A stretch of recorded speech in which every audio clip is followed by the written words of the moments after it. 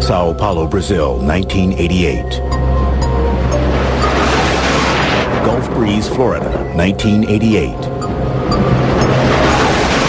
Las Vegas, Nevada, 1990. Mexico City, Mexico, 1991. Wow! Whatever it is, it's something strange. What do all these cities have in common? There are so many UFO sightings reported in these places that they are all considered to be UFO hotspots. A UFO hotspot would be an area that represents a high number of sightings of abnormal or unusual aircraft that are unidentifiable. It's been long recognized that UFO sightings tend to come in waves. In other words, there's an area of the country or the world where the number of UFO sightings increases for some unknown reason. There are theories about why these areas seem to attract UFO attention. To some, the reason is the natural forces of the Earth, like volcanoes and earthquakes. The UFOs appear to be observing us. Well, the UFOs have come to certain spots because of what's going on at the time. One of the things that seems to stimulate UFO activity is a major disruption in the Earth. Still others believe that human behavior is at the root of these sightings. One of the things that has to do with hotspots is that once somebody notices something, then others are going to look also. That you may not pay much attention to your surroundings. Someone says, gee, last night there were 3 mysterious lights went by. The next night you're going to be watching, and there's a much better chance that you're going to see them than if you're just sort of walking along looking at your feet. According to the National UFO Recording Center, there have been more than 13,000 UFO sightings in the United States since 1990, making such places as the mysterious Area 51 in Nevada, Washington State, and Florida UFO hotspots. Still, with reports of UFOs coming in from as far-flung locales as Quito, Ecuador, Haifa, Israel, Stuttgart, Germany, and Sydney, Australia, America doesn't seem to be the only place getting these unexplained visits. Many people don't realize that UFOs are not seen only in the United States, they're seen all over the world. There are hotspots all over the world. Brazil is one of those hotspots. With 549 sightings, Brazil was second only to the United States in reported UFO activity in 2001. And unlike America, where UFO reports are traditionally met with skepticism, Brazil has a strong tradition of accepting UFO sightings and even publicly conducting government investigations. Generally, South American countries are more open to this type of thing. There are other cultures that are more tolerant of people's perceptions, their emotions. They're more open to events that may be part real, part mystical, and they do not have the same strong norms, you might say, against reporting unusual paranormal kinds of experiences. We also have to think in terms of the kinds of religions that predominate, in that if you have religions that make opportunity for saints and angels and things like that, the idea of powerful visitors from afar is, I think, much more easy to accept. October 15th, 1957. Brazil is the location for one of the world's first accounts of an alleged alien abduction. Antonio Villas-Boas was a young man. He was driving a tractor in a field. He claimed he saw an object come down out of the sky and land nearby. He was greeted by aliens taken on board, washed off with some kind of a substance that smelled very badly to him. He made him vomit. And he later thought maybe that might have been something like a disinfectant or the like. While he was in this enclosure, a female alien type came in and had sex with him.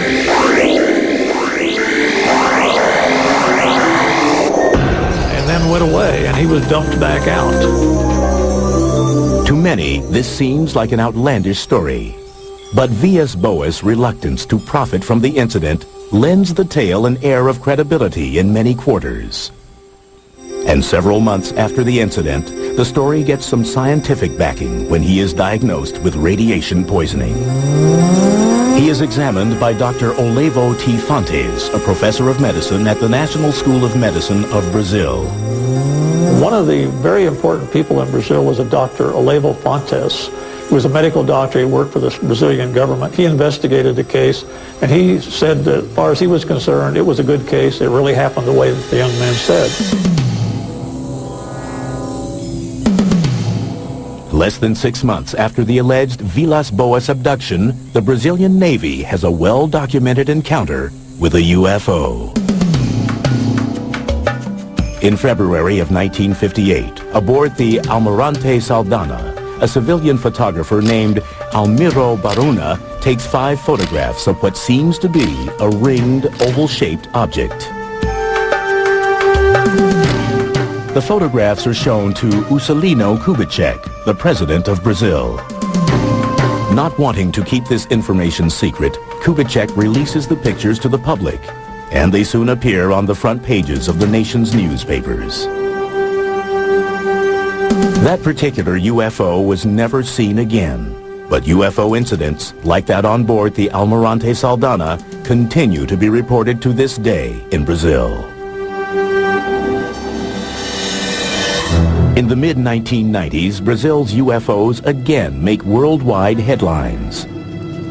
On January 20th, 1996, it is alleged that extraterrestrials were recovered in Varginha, Brazil. The emergency personnel were called in. They were able to recover one of them for certain, as rumor has it, and allegedly took it to a local hospital. According to unconfirmed reports, government doctors perform an autopsy on the alien. And of course, from this point, the trail goes cold, and no one is quite sure as to where that particular ET or alleged ET had disappeared to. Despite several purported eyewitness accounts, the Brazilian government, which has been so forthcoming in the past, denies the Varginha encounter and that an alien was ever captured. Everything that was in any way connected with this sighting somehow vanished. Ironically enough, after this creature was allegedly recovered, there was a high number of UFO sightings in the area.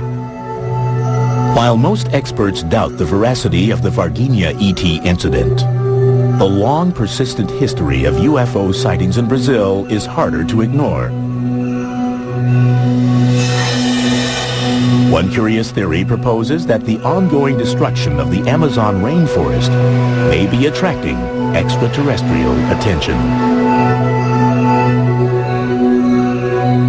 If you were to look at Brazil from space, Atlanta for CSA-CP. you would see that a vast area of that remote land is on fire. They're burning off the rainforest. That's changing the whole ecology of the planet. If you were observing a planet and what's going on there, you would definitely want to look at Brazil. And that seems to be the case.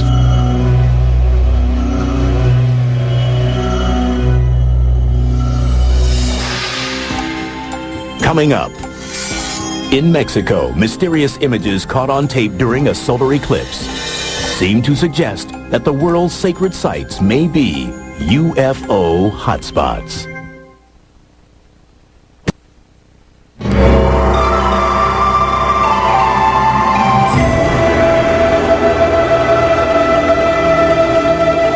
Mexico is a land with a sacred past, a land dotted with pyramids built by the ancient Mayans and Aztecs.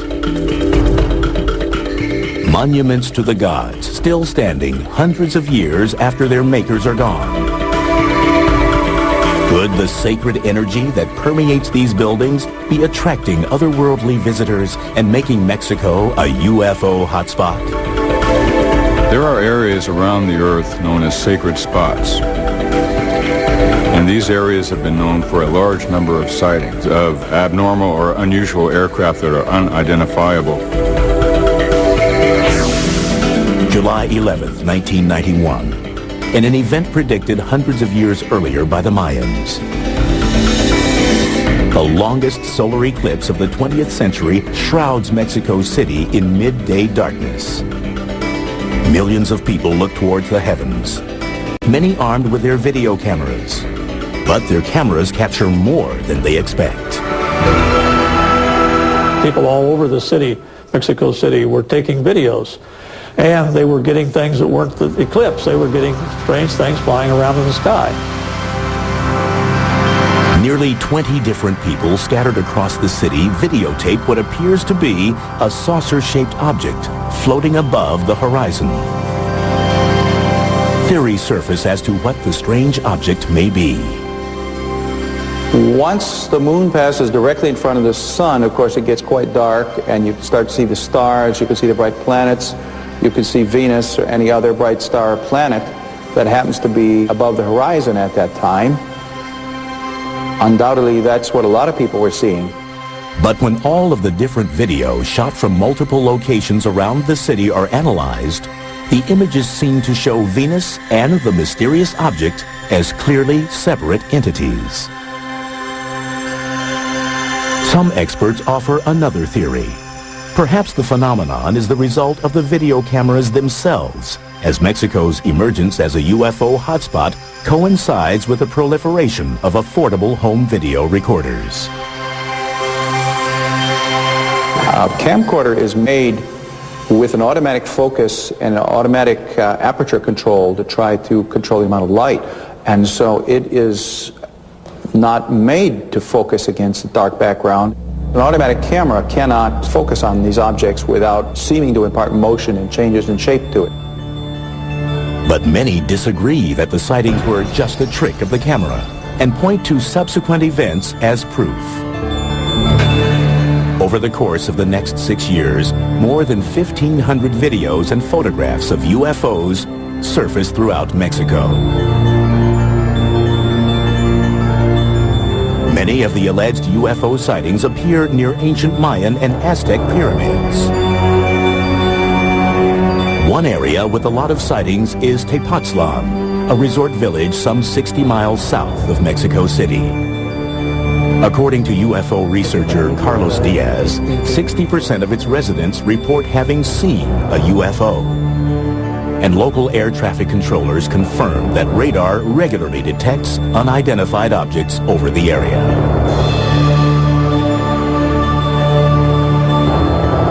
Tepoztlan is chiefly known for its ruins of a 14th century Aztec pyramid. To some ufologists, ancient sacred spots like this one represent power points that may be attracting UFO activity. There are many power spots around the world where there's certain geological activities and fluctuations in the fields. You might call them vortexes or portals, where there is a lot of UFO activity.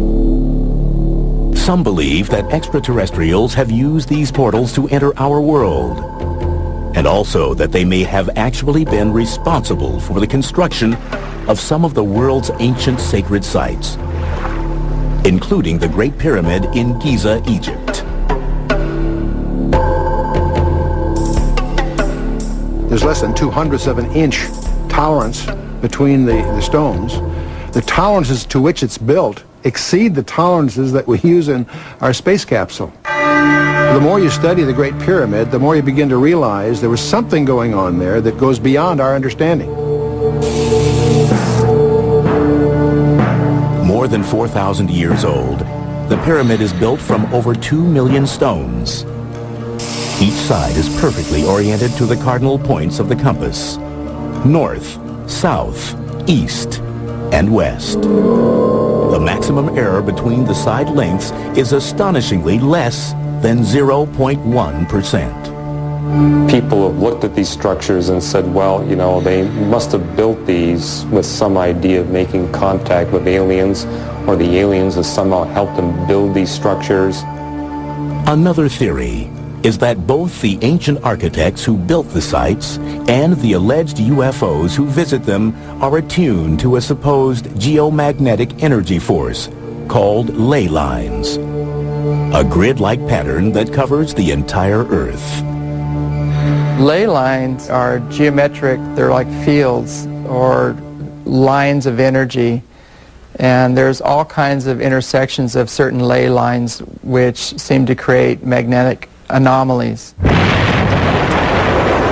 Ley lines have also been linked to tectonic activity, the movement of the Earth's plates, a force that results in earthquakes and volcanoes, and provides another potential explanation of UFO activity in Mexico.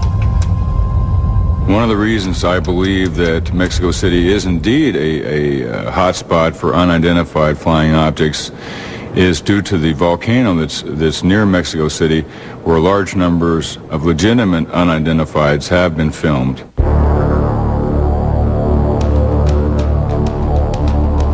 UFOs have frequently been reported near Popocatépetl, Mexico's Smoking Mountain. They've been keeping a camera on that mountain ever since it started erupting, and they've been finding in those pictures very clear disc-shaped objects. Now, some people have tried to explain them as rocks that are blasted out of the volcano, and they take an aerodynamic flight path and look like there's something flying when they're not. That's pretty hard to believe when you see the direction they actually go. They come down and toward the mountain rather than going up from the mountain. Why would UFOs hover over volcanoes? One theory proposes that high levels of hydronium ion, also called H3O, are typically found in places with increased geological activity, like volcanoes. H3O has an extra hydrogen atom in it, and that extra hydrogen atom can be split off and used as hydrogen fuel or for energy. And it's in the splitting of this extra particle that you can create a fusion effect. It's possible that these UFOs may be harnessing this type of energy for their systems to perhaps propel themselves through the atmosphere. So perhaps UFOs are interested in Mexico more as an intergalactic gas station than for its sacred ancient structures.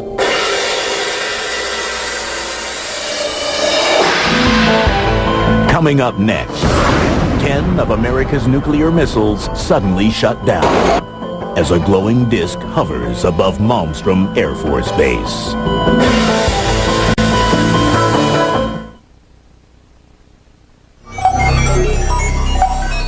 As the control center for some 221 Minuteman intercontinental ballistic missiles, Malmstrom Air Force Base near Great Falls, Montana, is an essential part of the nuclear arsenal for the United States. For decades, Malmstrom and other strategic air command centers like it have been the primary potential targets for the country's enemies.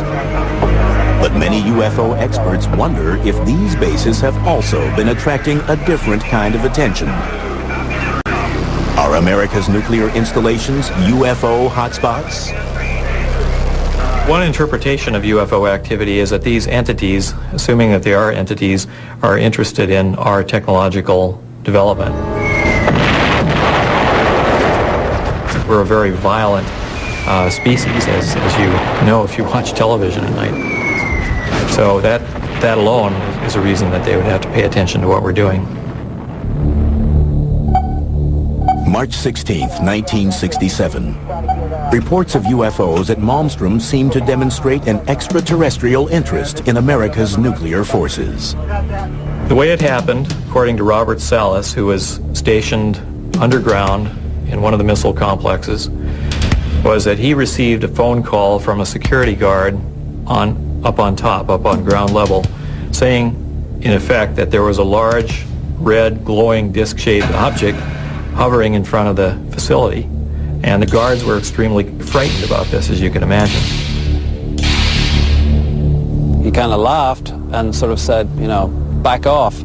The security guard called a second time, saying, even more panicky, that the UFO was now hovering right outside the gate and was very close. They were observing the status board in the launch complex, and they noticed that the missiles started going offline. Clunk, clunk, clunk, clunk, clunk. 10 of the missiles, one at a time, just boom, boom, boom, boom, shut down. The missiles quit functioning. So we were really out of business as a nuclear deterrent at that time. The incident in Malmstrom is neither the first nor the last time that the security of the United States nuclear sites is supposedly compromised by a UFO incursion. This supposed trend in UFO activity is noticed as early as 1952 by Captain Edward Ruppelt, the first chief of Project Blue Book, the Air Force's official investigation of UFO reports. Ruppelt discovers what he calls an ominous correlation between UFO sightings and the locations of the nation's nuclear facilities. If you're in the military and someone is displaying an interest in your strategic capabilities, it's an alarming situation. It raises national security questions. A lot of investigation went on to determine what could happen. The Boeing company that was responsible for some of the equipment was involved. The U.S. government was involved in investigations. The actual reason for so many missiles going down simultaneously was a big puzzle. They found absolutely that an EMP, an electromagnetic pulse, may have fried the electronic workings in the missiles. However, there was no attempt whatsoever to relate the EMP, the pulse, to the presence of a UFO outside. In fact, the presence of the UFO out on the perimeter was dismissed as hearsay.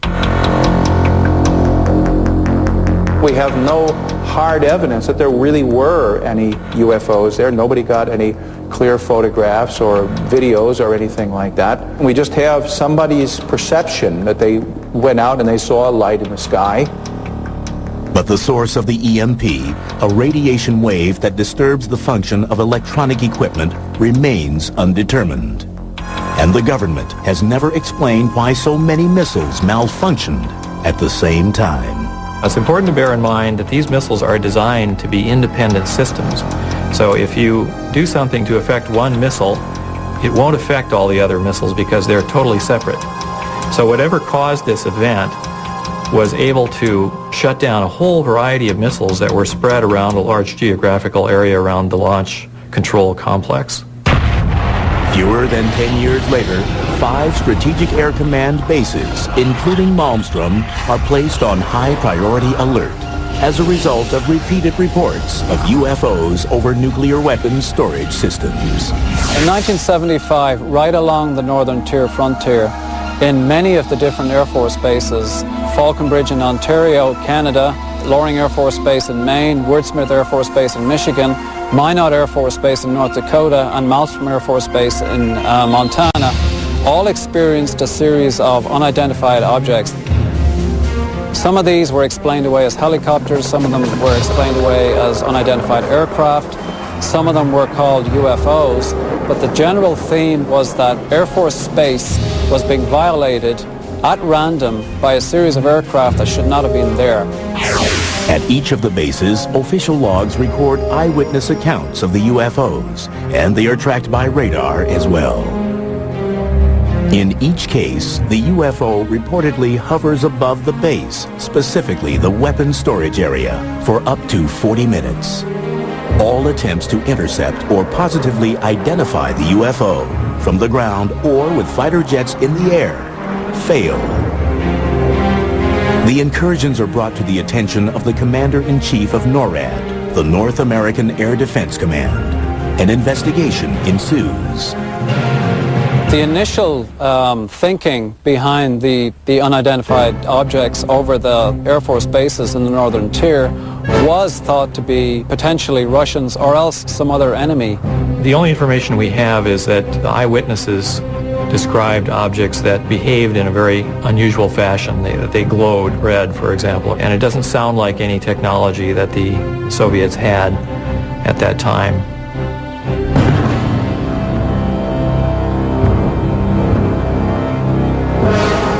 Another theory is that the UFO incursions were a type of readiness self-test to check the security of the bases in the event of an attack. But if it was a test, the bases performed poorly. The Air Force personnel were completely at sea as to what was happening. They were actually calling the law enforcement people in Great Falls, Montana for help because unidentified aircraft were buzzing them in missile-controlled silos. They had no idea what was going on. Aside from acknowledging that unexplained events have occurred at the northern tier bases, the U.S. government remains characteristically silent on the question of whether American nuclear installments are indeed UFO hotspots. To my knowledge, there's no published report explaining what happened. It's simply a mystery. And as far as the government is concerned, it can remain a mystery. According to the Air Force fact sheet on UFOs published in 1996, no evidence has been presented to indicate that further investigation of UFOs by the Air Force or other government agency is warranted. But for some, the base sightings are not quite as open and shut a case as the government would have us believe.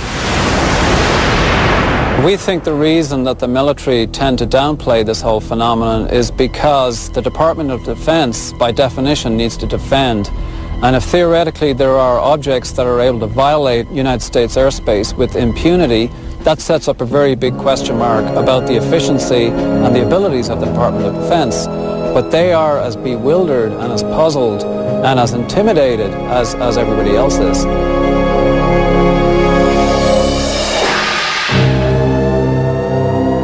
Coming up, amazing photographs and multiple sightings in Gulf Breeze, Florida divide the UFO community. Is it a hotspot or an elaborate hoax?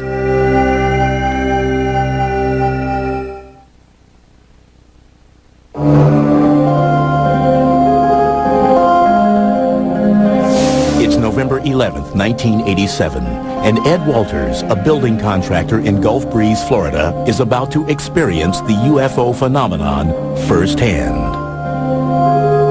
As he would later recount, Walters looks up from his desk and sees what he believes to be a UFO. He grabs his Polaroid camera and ventures outside. Walters manages to snap a photo of what appears to be a glowing, dome-shaped bluish-gray craft hovering about 200 feet in the air. From 1987 to 1992, the small town of Gulf Breeze, Florida is famous for being an alleged UFO hotspot. Hundreds of eyewitnesses claim to see strange objects and unexplained lights in the sky. But Gulf Breeze is mired in controversy and allegations of a hoax. And Ed Walters stands at the center of the storm. On November 19th, 1987, 8 days after Ed Walters allegedly had his UFO encounter, the Gulf Breeze Sentinel publishes 2 of his 5 photographs. The next night, Walters claims to see another UFO and manages to take 4 more pictures, but decides not to publish them. Still, UFO fever has gripped Gulf Breeze, and by November 25th, reports of UFOs are pouring in. Hotspots are very intriguing. These are places where there are multiple sightings. One person sees something and a number of people see it shortly thereafter. The first person who notices it, the sense grants permission to the other people to make similar reports. Over the course of the next 4 months, Walters takes more than 20 photographs of a strange vessel on more than 10 different occasions. He even shoots 1 minute and 38 seconds of video of a UFO sighting on December 28, 1987. Walters, who chooses to remain anonymous at first, soon becomes the central figure in the Gulf Breeze sightings. But he isn't the only one who is seeing strange things in the night sky. Pensacola area, Gulf Breeze area, is not just Ed Walters. There were literally over 130 UFO incidents involving more than 200 witnesses in this area. And Ed Walters was only involved in 34 of those incidents. But it is Walters whose photographs and claims attract the attention of MUFON, the Mutual UFO Network, a non-profit organization that studies UFO phenomena. In February 1988, MUFON provides Walters with a specially designed tamper-proof camera in order to authenticate his UFO experiences. It was a multi-lens camera that could take more than one view at the same time. We bought new film, we put it in that camera, we had it certified as new. We had closed the camera, sealed it with wax. He was allowed to use the camera, and he did get some pictures. It was, again, open then under security conditions. The films were developed, found things on the film, and there's no way he could have faked that one. By the end of 1988, 7 different MUFON investigators have analyzed the evidence in Gulf Breeze. Meteorological and site survey analyses conclude that the photographs were likely to have been taken on the days and at the times that Walters alleges they were. Walters himself passes a battery of examinations, including 2 polygraph tests. MUFON, satisfied that Walters' claims are real, officially authenticates the Gulf Breeze sightings.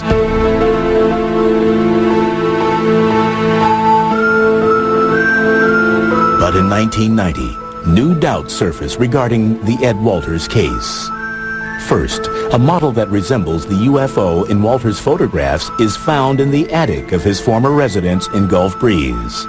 Then, in July of that year, a teenager named Tommy Smith alleges that he witnessed Ed Walters faking the UFO photos.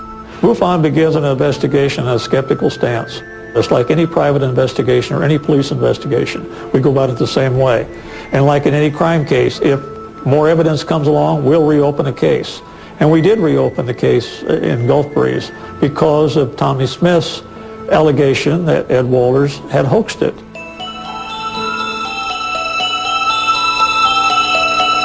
MUFON sends 2 new investigators, Rex and Carol Salisbury, to Gulf Breeze.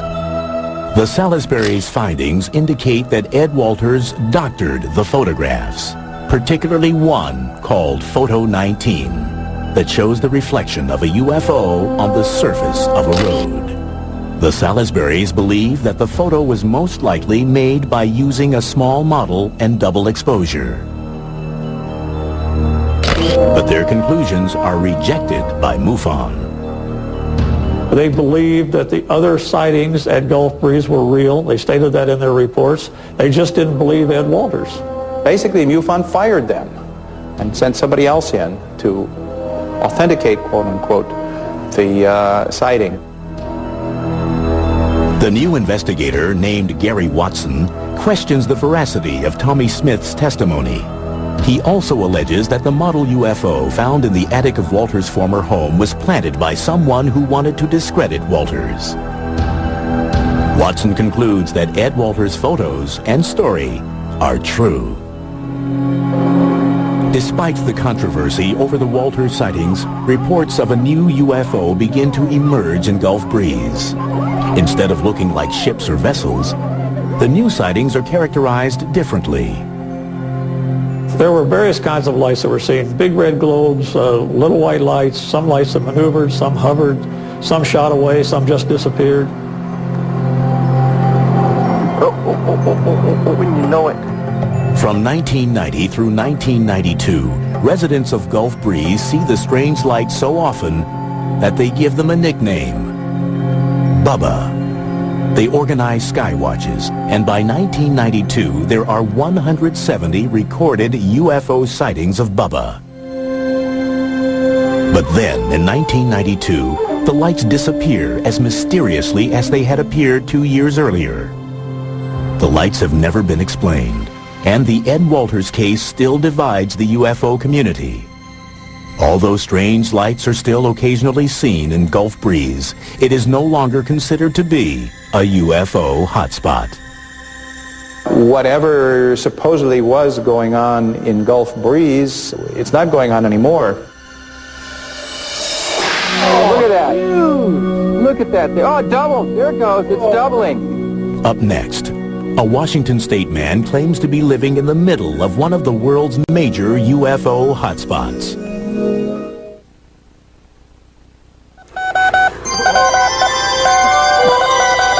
Winter 2002.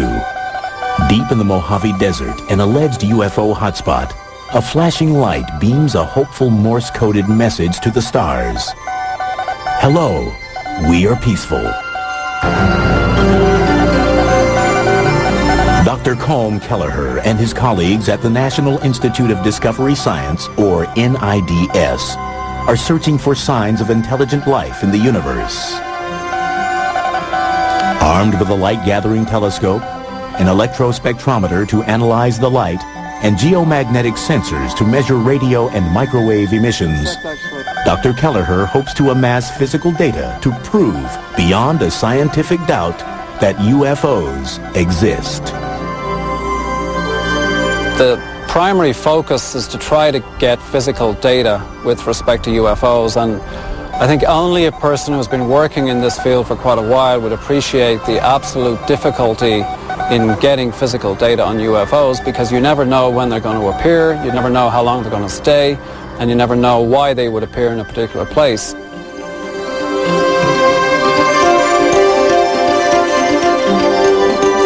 NIDS operates a 24-hour hotline for UFO sightings.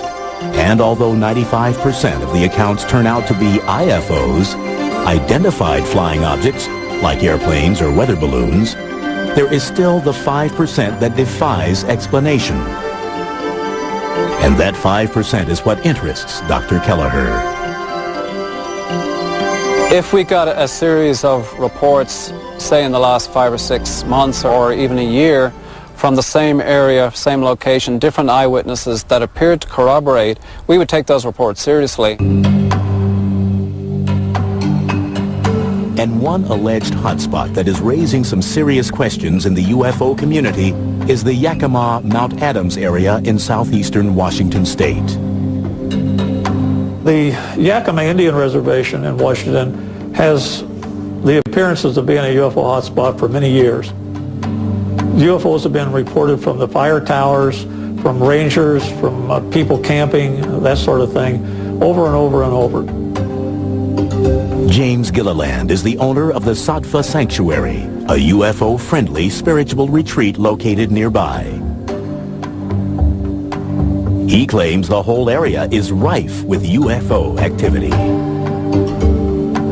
The sanctuary here is located right at the base of Mount Adams, next to the Yakima Reservation, and it has over a 100-year history of recorded UFO activity. Well, I'd say this is probably one of the major hotspots in the world right now, because it's almost nightly that we see at least 1 or 2, if not 15 to 25 UFOs flying in the area. Gilliland and fellow seekers gather regularly in the summer months for sky watches. They play music and meditate and wait patiently for UFOs to appear.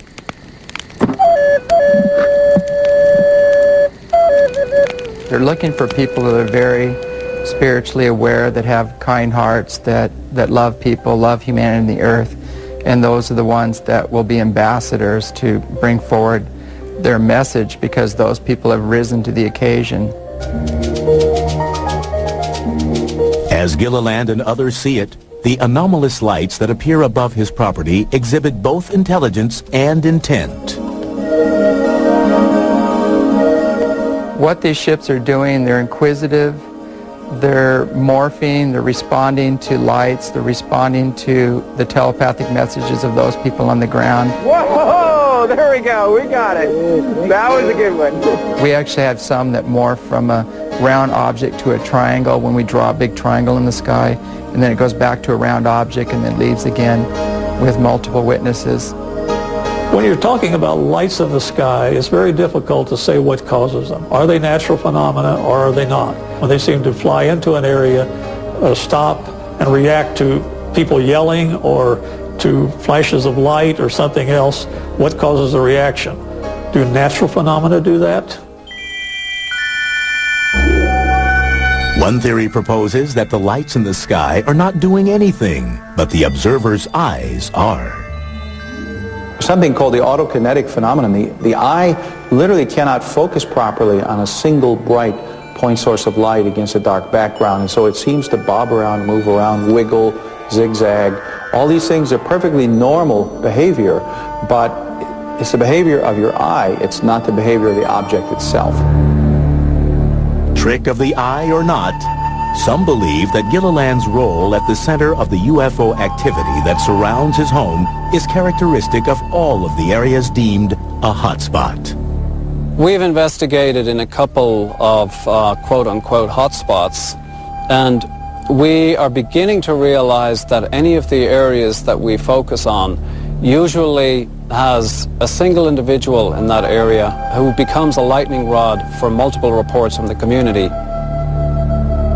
When you have a charismatic leader or somebody who's identified as an authority on UFOs, people will go where that leader says the UFOs are to be found, and there'll be more people watching, and you'll have more sightings reported in those areas. But it's a psychological, sociological kind of a thing. It's not related any way to what's actually up there. The major portion of people that are coming here are more aligned to trying to understand the experience on a more spiritual nature, but we do have a lot of, we call them looky-loos, that are coming just to try to see one.